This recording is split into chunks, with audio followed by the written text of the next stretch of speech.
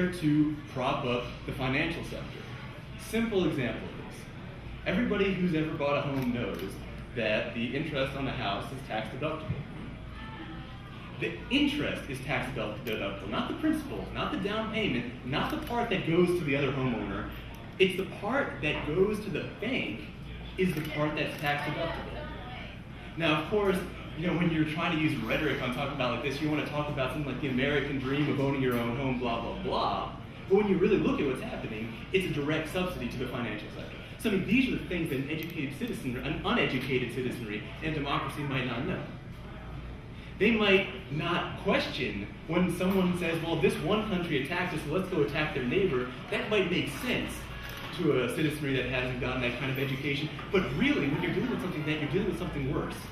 You're not dealing with an uneducated citizenry. At first, it looks like you're dealing with an apathetic citizenry, which is a big problem. I mean, if those in a democracy aren't going to respond when their leaders do something bizarre, well, then we have definitely a situation. But what we're really dealing with, I think underneath that apathy is something entirely different. And apathy, I think, is what all of us in this room have fought against, and our friends, and people we've talked to, and people at large. We've been fighting against this apathy, but I don't think it's really apathy. It's something else.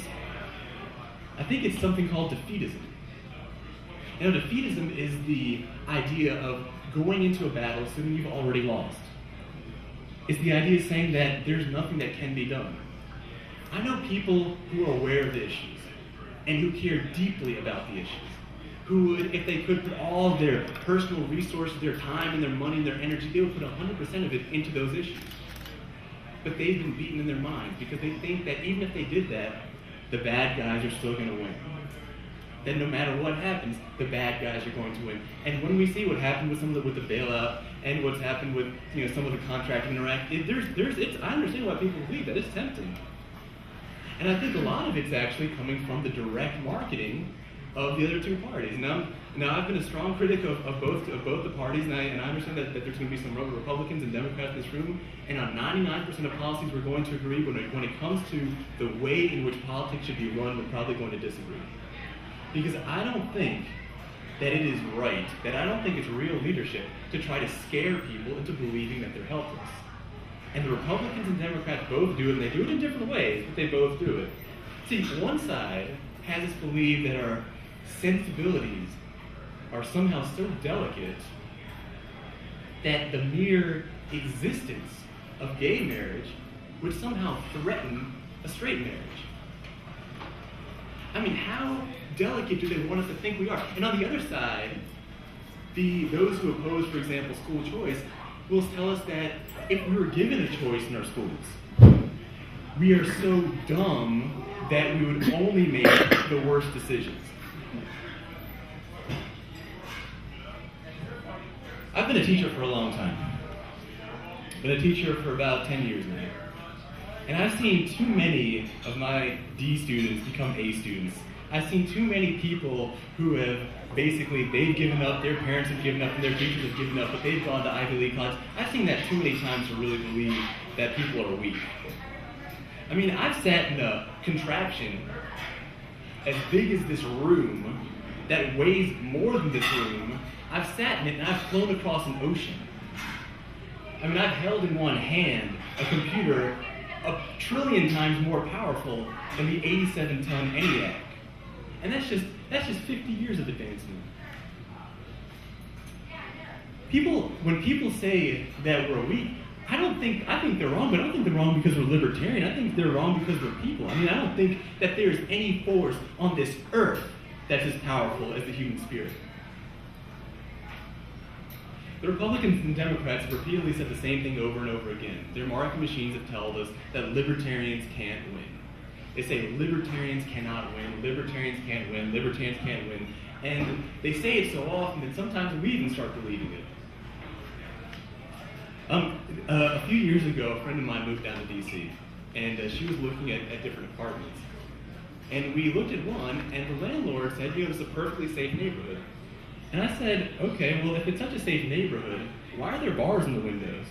Why are there 5 locks on the door? Why is this state-of-the-art security system in this one-room studio apartment? What exactly, or did the Pentagon used to be here? I mean, what was it for? So when you hear on the other side with the Republicans and Democrats, let's look at their actions for a second. They've told us that we can't win. They've said it again and again, but let's look at their actions. In California right now, there's a Proposition 14 that I think many of you know of. Those of you that don't, it's basically a proposition for something called an open primary. And the idea is everybody goes into the primary, and then there's a vote, and the top 2 run off against each other. Obviously, that's something that's bad for third parties because most of the people that show up to primaries tend to be, party faithful to the Republican and Democratic Party, and that's just the way things are. So it's, as far as it having any point being, it really seems to only have a purpose of weakening the power of third parties. Now, if they didn't think we were a threat, why would they put that on the ballot in the first place? I'll have to read a couple numbers for you.